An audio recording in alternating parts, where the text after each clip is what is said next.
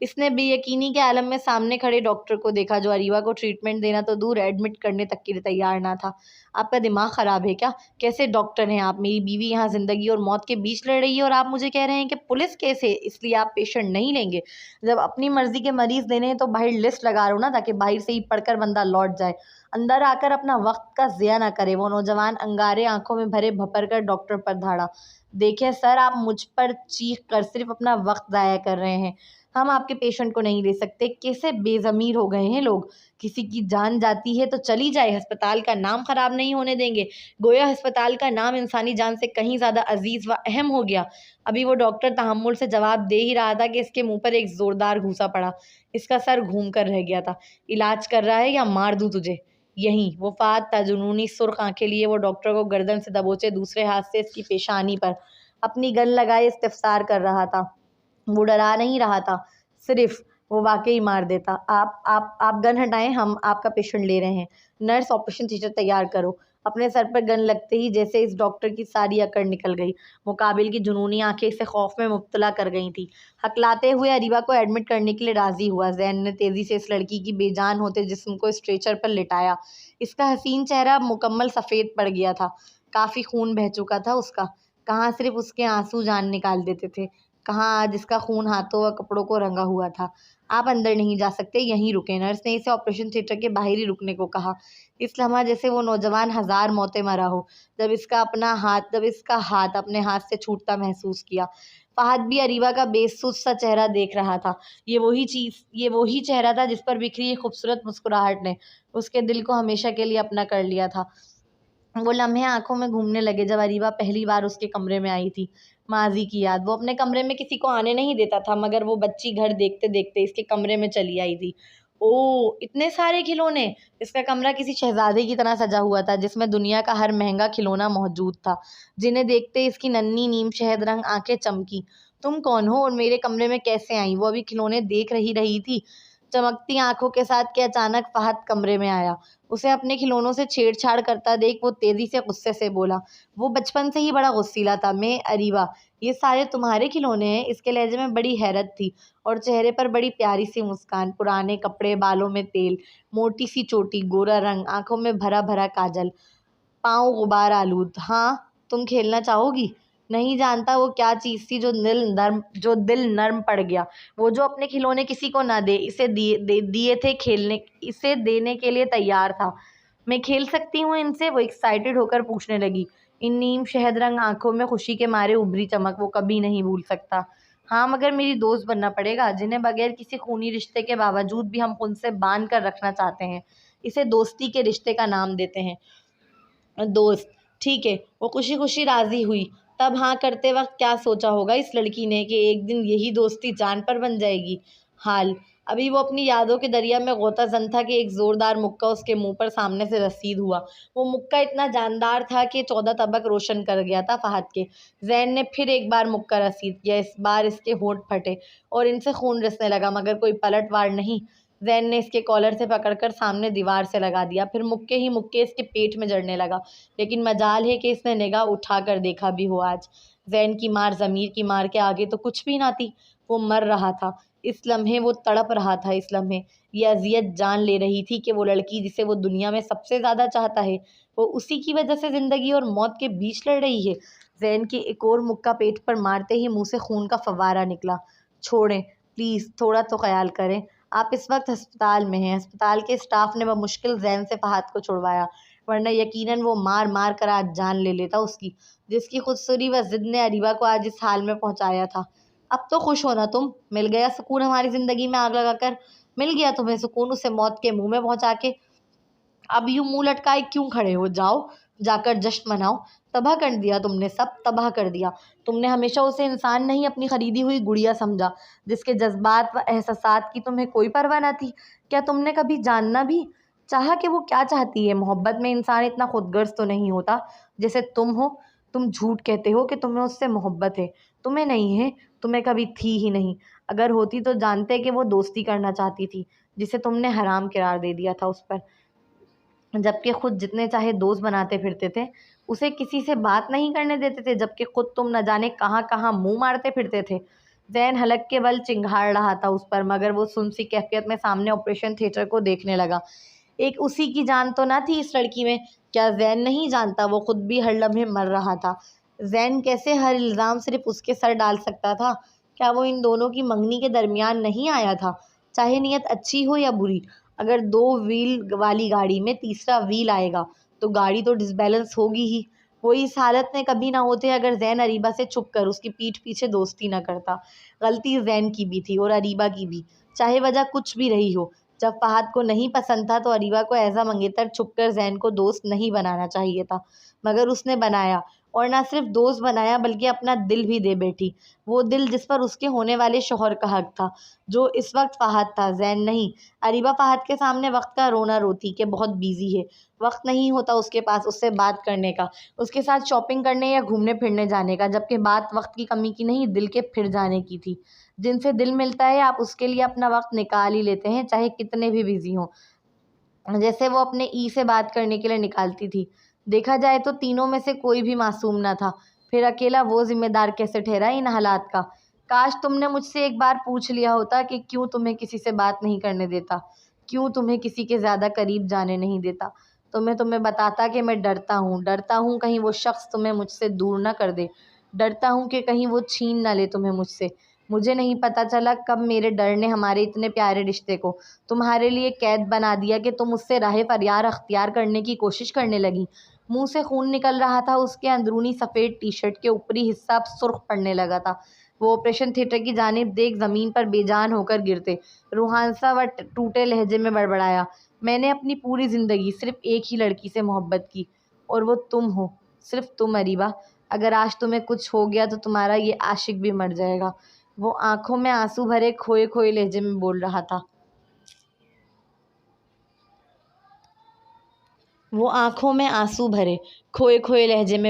تھا۔ تم اپنا سمجھو یا نہ سمجھو، میں نے تو مانا ہے تمہیں زندگی، چاہا ہے ہر پل یہ چاہا ہے، تجھ کو ملے ہر خوشی، رک جاؤ چھوڑ کے نہ جاؤ، روٹھے گی ہم سے ہر خوشی۔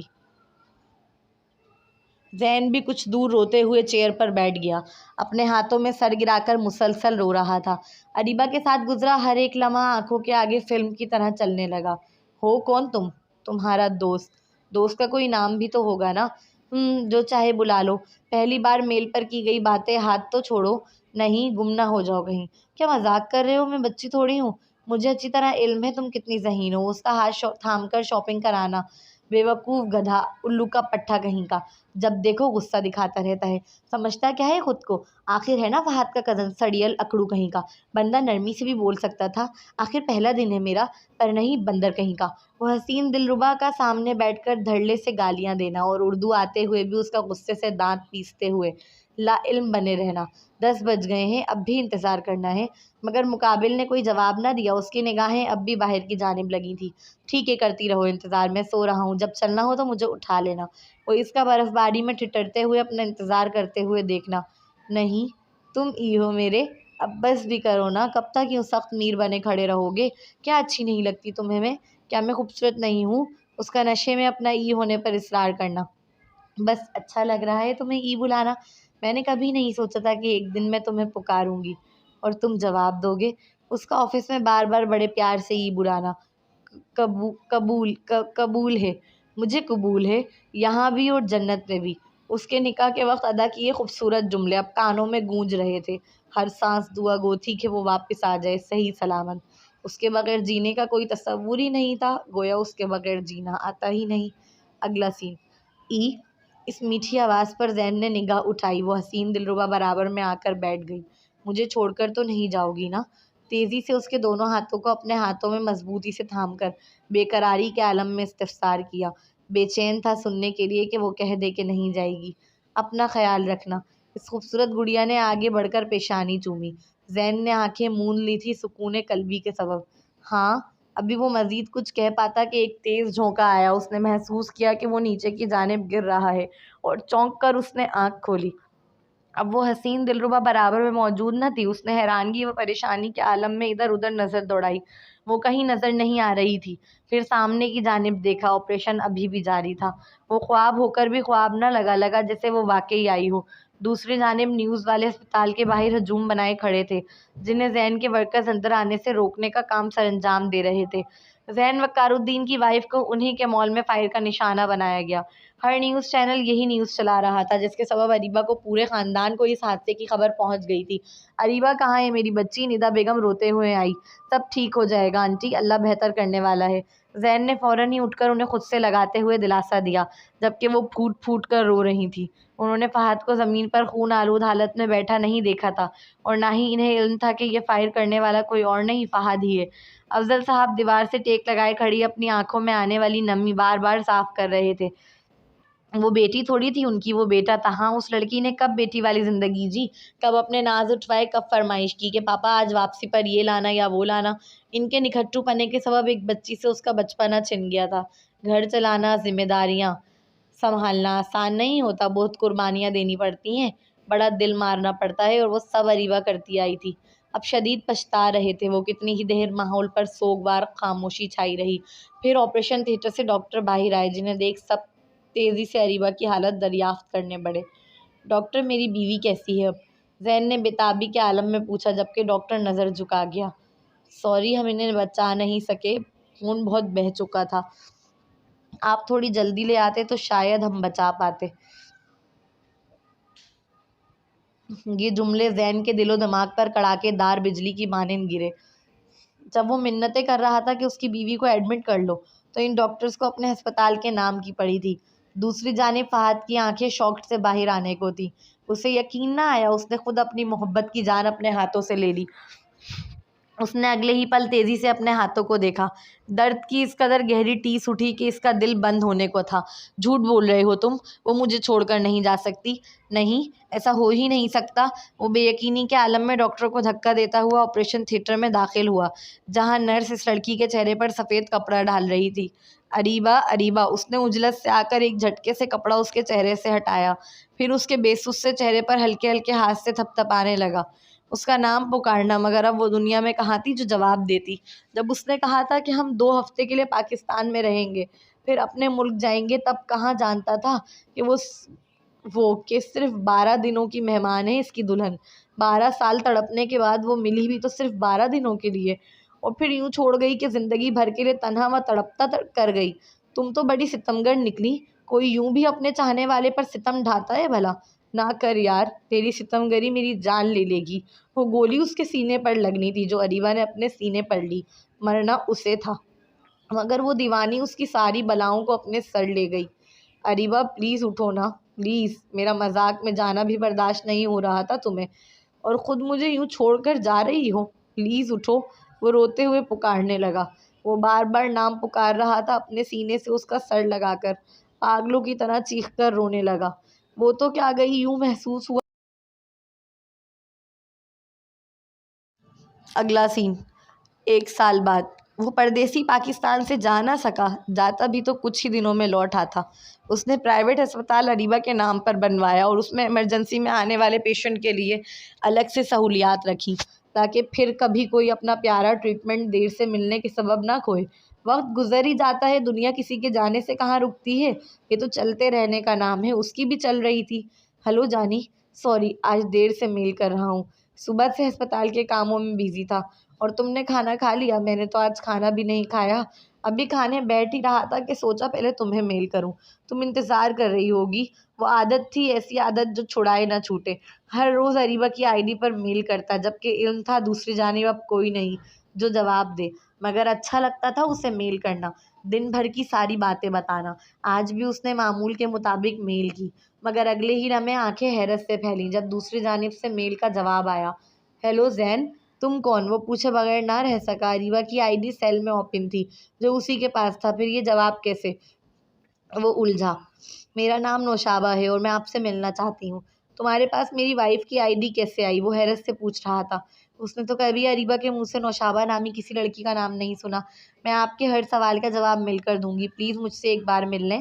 اس کے بے حد اصرار پر زین اس سے ملنے پر راضی ہوا۔ اگلا سین زین وقار الدین۔ وہ اپنی گاڑی میں بیٹھنے لگا تھا کہ اچانک کسی لڑکی کی پکارنے کی آواز آئی۔ اس نے پلٹ کر دیکھا۔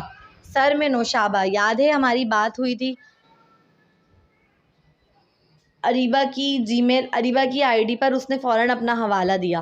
ہاں یاد ہے، وہ اسے سر تا پاؤں دیکھتے ہوئے اسبات میں سر ہلانے لگا۔ وہ لڑکی سفید و اورنج رنگ کی لانگ فراک میں ملبوس تھی، بالوں میں پونی اور سر پر تمیز سے دوپٹہ لیے ہوئے۔ وہ اپنے کندھے پر لٹکا پرس تیزی سے کھولنے لگی۔ سر، میں ایک رائٹر ہوں۔ اس نے تیزی سے ایک پین و ڈائری پرس سے نکالتے ہوئے اپنا تعارف دیا۔ اوکے، تو مجھ سے کیا کام ہے آپ کو؟ اور میری وائف کی آئی ڈی آپ کو کیسے ملی؟ وہ ایک آئی برو اچکا کر تفتیشی انداز میں استفسار کرنے لگا۔ سر، کہیں بیٹھ کر بات کریں، یہاں روڈ پر تفصیل سے بات کرنے میں ذرا مشکل ہوگی، وہ تیزی سے مسکراتے ہوئے بولی۔ اوکے، وہ لاپرواہی سے کہتا ہوا واپس اپنے آفس کی جانب بڑھا۔ نوشابہ بھی پیچھے پیچھے ہو لی۔ شکریہ سر، وہ اسے اپنے آفس میں لے آیا تھا۔ اس کے لیے کافی آرڈر کی، جس پر وہ خاصا مشکور لہجے میں شکریہ ادا کرنے لگی۔ تو بولیں رائٹر صاحبہ، وہ اس کے سامنے والے صوفے پر باوقار انداز میں بیٹھتے ہوئے پوچھنے لگا۔ سر، یہ میک بک میرا چھوٹا بھائی چور بازار سے نہایت کم قیمت میں خرید کر لایا تھا، اسے اپنے گیم کھیلنے کے لیے۔ اسی میں مجھے آپ کی مرحوم وائف اریبہ کی آئی ڈی ملی۔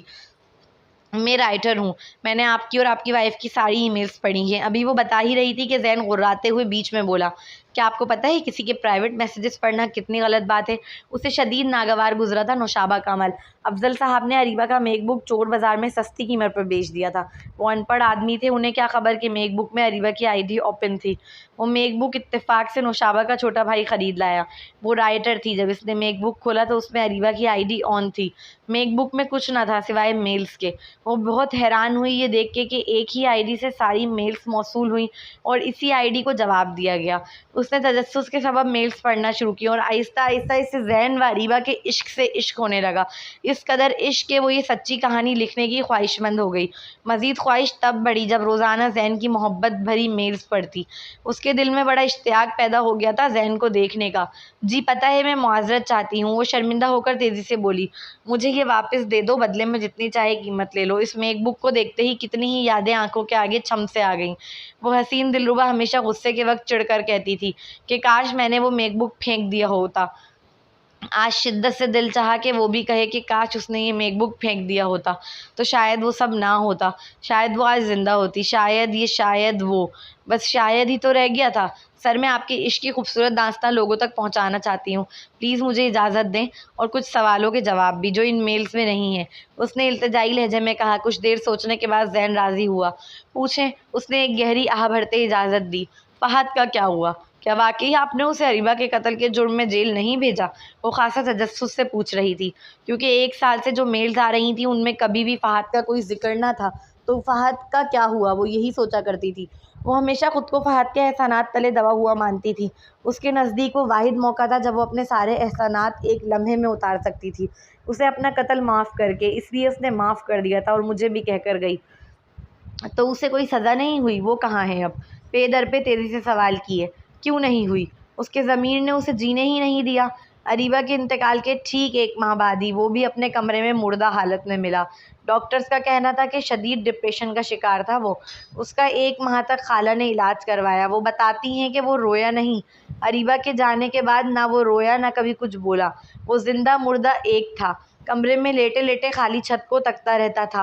اسے یقین نہیں آتا تھا کہ اس نے اپنی ضد و جلن و خودسری میں اپنی ہی محبت کی جان لے لی۔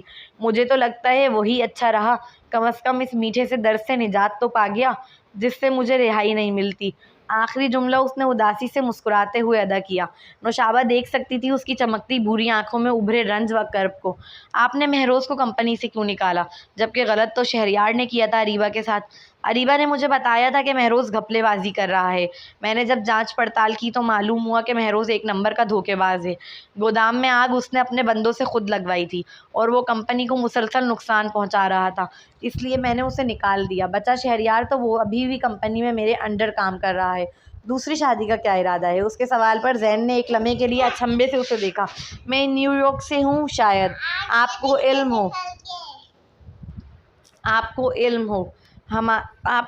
ہو اور ہمارے یہاں شادی تب تک نہیں ہوتی جب تک آپ 100% اعتبار نہ کر لیں کہ آپ ایک دوسرے کے لیے پرفیکٹ لائف پارٹنر ہیں، اور شادی میں محبت کا ہونا تو بدرجہ اولی ضروری مانا جاتا ہے، لیکن میرے کیس میں اب یہ دونوں چیزیں ناممکن ہو گئی ہیں۔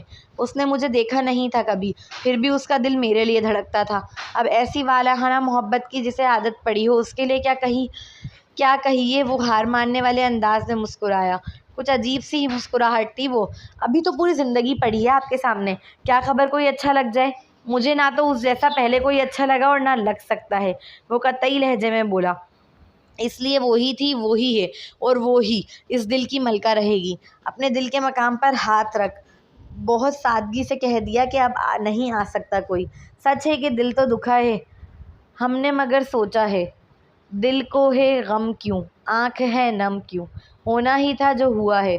نوشابہ کو رشک آ رہا تھا اریبہ کے نصیب پر، جسے اس قدر چاہنے والا عاشق ملا۔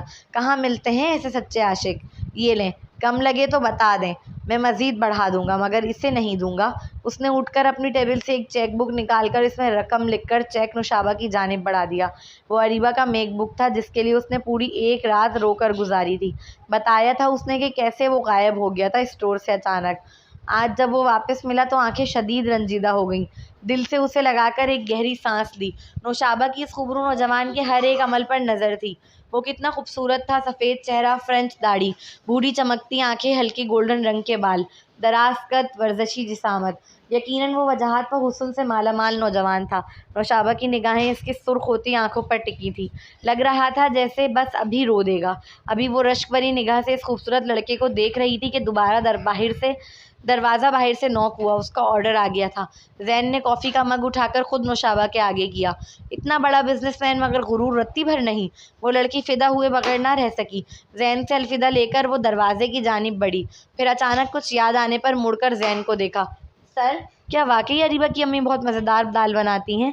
زین پاکستان آئے اور اس حسین دلربا کے گھر نہ جائے، یہ کیسے ممکن؟ وہ اب ہوٹل میں قیام نہیں کرتا تھا، اریبہ کے کمرے میں رہتا تھا، وہ بھی کوئی چیز تبدیل کیے بغیر۔ اور ندا بیگم جب اس سے کھانے کو پوچھتی تو وہ دل و مان رکھنے کے لیے فوری ہاں کر دیتا، پھر میل میں خوب کھانے کی تعریفیں لکھتا، جسے پڑھ کر نوشابہ کو گمان ہونے لگا کہ واقعی اریبہ کی امی کی دال بڑی مزیدار ہوتی ہے، بہت، اتنی مزیدار کہ میں پورے سال کھا سکتا ہوں۔ کبھی وقت ملے تو آنا، کھلاؤں گا اپنی ساس کے ہاتھ کی دال، اپنی فیوریٹ ڈش بھول جاؤ گی، وہ مسکراتے ہوئے بھرم سے بولا، جیسے کبھی وہ حسین دلربا اس سے کہا کرتی تھی۔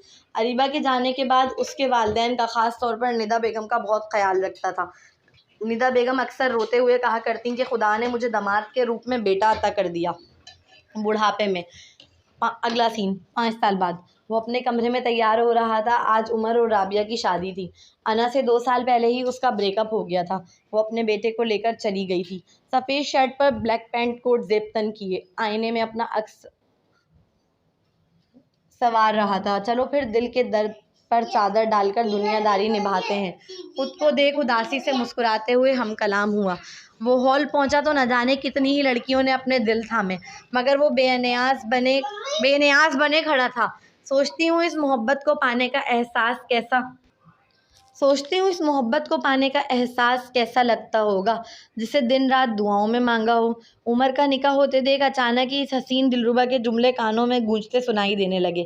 مجھے کیسے پتا ہوگا مجھے کون سا ملا ہے؟ پھر اپنا کہا جملہ یاد آیا۔ اس کے ساتھ گزرا ہر لمحہ خواب سا لگتا تھا۔ وہ اپنے خالی ہاتھوں کی جانب دیکھ مسکرا دیا۔ آج بڑی شدت سے یاد آ رہی تھی وہ۔ گھر لوٹ کر کپڑے تک نہ چینج کیے، سب سے پہلے سیل لے کر بیٹھ گیا۔ پتہ ہے آج عمر برو کی شادی تھی، مگر ان سے کہیں زیادہ ہینڈسم تمہارا ہسبینڈ لگ رہا تھا۔ ہر لڑکی مجھے ہی گھور گھور کر دیکھ رہی تھی، مگر میں نے نگاہ نہ اٹھائی، ایک بار بھی نہیں۔ میں بہت وفادار شوہر ہوں، اب تو میری کچھ قدر کر لو ظالمہ۔ سب سے اہم بات، میری شادی کا ٹاپک جو نہ چاہتے ہوئے بھی موم ہر بار محفل کا موضوع بنا ہی دیتی ہیں۔ اس بار بھی سب بہت اصرار کر رہے تھے۔ اب ایک کام کرو، جلدی سے مجھے اپنے پاس بلا لو، ورنہ میں نے دوسری شادی کر لینی ہے، پھر رونا مت۔ آخری جملہ اس نے ذرا خفگی سے دھمکی آمیز لہجے میں لکھا، اور لکھنے کے چند منٹ بعد منہ پر ہاتھ رکھ کر پھوٹ پھوٹ کر رونے لگا۔ پھر روتے روتے جیسے خود کو سنبھالا اور آنکھیں موند کر بیڈ پر بے سوس سا سیدھا ہو کر لیٹ گیا۔ بس آنکھوں کا بند ہونا تھا۔ وہ دشمنے ذات چھم سے آنکھوں میں مسکراتی ہوئی چلی آئی۔ جب سانسیں بھروں میں، بند آنکھیں کروں میں، نظر تو یار آیا، دل کو قرار آیا، تجھ پہ ہے پیار آیا۔ ابھی وہ ایسے ہی لیٹا ہوا تھا کہ سیل رنگ ہوا۔ اس لمحے وہ تنہا رہنا چاہتا تھا، بس اس لیے کال ریسیو نہ کی، لیکن سیل مسلسل بجتا رہا تو مجبوراً اٹھ کر اپنی سرخ آنکھیں جو رونے کے سبب نشیلی ہو گئی تھی، بے دردی سے رگڑتے کال ریسیو کی۔ ہیلو، بے رخی سے۔ ہیلو سر، میں نوشابہ۔ دو بدو جواب آیا۔ کون؟ وہ نہیں پہچانا تھا اس لیے الجھ کر پوچھا۔ رائٹر نوشابہ، میک بک والی جو اریبہ کے آئی ڈی سے جس سے آپ سے بات ہوئی تھی، اس نے مختصر سا اپنا تعارف دیا۔ جی میں پہچان گیا، بولیں کیا کام ہے؟ بیزاری ابھی بھی لہجے میں نمایاں تھی۔ کیا میں نے آپ کو ڈسٹرب کیا سر؟ وہ لچکدار انداز میں پوچھنے لگی، مقابل کی بیزاری کو محسوس کر۔ جی بالکل، بے مروتی سے جواب میں ہاں کہا۔ سوری سر، وہ شرمندہ ہو کر معذرت کرنے لگی۔ میں بعد میں کال کر لوں گی، سوری۔ نہیں سوری، میں کچھ زیادہ ہی تلخ بول گیا۔ مقابل کے معافی مانگتے ہی اسے احساس ہوا کہ وہ اس لڑکی سے کچھ زیادہ ہی تلخ لہجے میں بات کر گیا ہے، جس پر وہ فوراً ہی اپنا سر جھٹک کر تیزی سے معافی مانگنے لگا۔ بولیں کیا کام تھا آپ کو؟ اس بار ذرا نرمی سے پوچھا۔ سر مجھے بتانا تھا کہ میں نے آپ کی ریئل لائف اسٹوری پر ناول لکھا تھا جو بہت ہٹ ہوا۔ اتنا ہی نہیں، مجھے ایک چینل سے آفر بھی ملی ہے، آپ کی بہت مشکور ہوں میں کہ آپ نے اپنی کہانی مجھ سے شیئر کی۔ بس آپ کا شکریہ ادا کرنے کے لیے ہی کال کی تھی۔ اس نے مشکور و خوشی سے کھنکتے لہجے میں اطلاع دی، جس پر وہ رنجیدہ سا مسکرا دیا۔ مبارک ہو آپ کو، فقط اتنا کہہ کر اس نے کال کاٹ دی۔ دیکھ لو ڈیئر، ہماری ادھوری کہانی داستان بن گئی اب۔ وہ منہ میں رنجیدہ سا بڑبڑایا۔ یقیناً مخاطب اریبہ تھی۔ یہ زندگی ہے اور یہ ایک بار ہی ملتی ہے۔ بہت کم خوش نصیب ہوتے ہیں جنہیں اس زندگی میں دوسرا موقع ملے۔ اب ضروری تو نہیں آپ ان خوش نصیبوں میں سے ہوں جنہیں دوسرا چانس ملے۔ اس لیے بہتر یہی ہے کہ آپس کی رنجشیں و حسد و بدلے کی خواہش کو بھول کر اسے بخوشی جی لیں اور دوسروں کو بھی جینے دیں۔ ہم اکثر بدلے کی آگ میں نہ صرف دوسروں کے بلکہ اپنے حصے کی خوشیوں کے لمحے بھی جلا دیتے ہیں۔ کچھ محبتیں ادھوری ہو کر بھی مکمل ہوتی ہیں، جیسے زین اور اریبہ کی تھی۔ ہائے اللہ، ناول اچھا لگے تو کمنٹس دل کھول کر کیجیے گا۔ آپ کے ریویو کی منتظر رہے گی آپ کی رائٹر حسن کنول۔ ساتھ ساتھ دعاؤں میں یاد رکھیے گا ہماری ٹیم کو۔ ارے کہاں چل دیے؟ آپ کا اور میرا ساتھ صرف ایک ناول کا تھوڑی۔ 13 ستمبر کے بعد بہت جلد میرا نیو ناول، ہماری رائٹر صاحبہ کا نیو ناول وفائے یار اسٹارٹ ہو رہا ہے۔ ہاں، اسے بھی نہیں بھولیے گا پڑھنا۔ اور ہماری رائٹر صاحبہ کو یقین ہے کہ آپ نیو ناول میں بھی انہیں ضرور سپورٹ کریں گی، چینل کو بھی سپورٹ کریں گی، ہماری ٹیم کو بھی سپورٹ کریں گی۔ اللہ جی، اس ناول کے ساتھ تو ہمارا ساتھ ختم ہوا، نیکسٹ ناول میں ملتے ہیں۔ ہماری رائٹر صاحبہ کا جو نیو اور نیکسٹ ناول ہے انشاءاللہ جلدی شروع ہو جائے گا، وفائے یار، تو اس میں ملیں گے آپ سب سے۔ اور اس کے علاوہ قلبی محبت تو ہمارا چل ہی رہا ہے، اور ساتھ ساتھ ہمارا ناول انتخاب بھی چل رہا ہے۔ یار مجھے نا بہت دکھ ہوا، مطلب زندگی تو اصل اگر حقیقت کی زندگی میں دیکھا جائے تو وہاں تو اتار چڑھاؤ آتے رہتے ہیں، اور بحیثیت ناول دیکھا جائے تو ان میں تو ہیپی اینڈنگس ہی ہوتی ہیں، لیکن اس ناول کا اینڈ بالکل ایسا ہی ہوا ہے جیسے حقیقی زندگی میں ہوتا ہے، کیونکہ ضروری نہیں، حقیقت میں ہمیشہ ہیپی اینڈنگس نہیں ہوتی نا، تو اسی لیے اس ناول کا اینڈ مجھے حقیقت کی طرح سے لگا، جیسے حقیقت میں ہوتا ہے نا کہ بندہ کچھ بھی چاہے لیکن ہوتا وہی ہے جو اللہ نے لکھا ہوا ہوتا ہے اس کے نصیب میں، تو کچھ ایسا ہی ہماری رائٹر صاحبہ نے اینڈ دکھایا ہے۔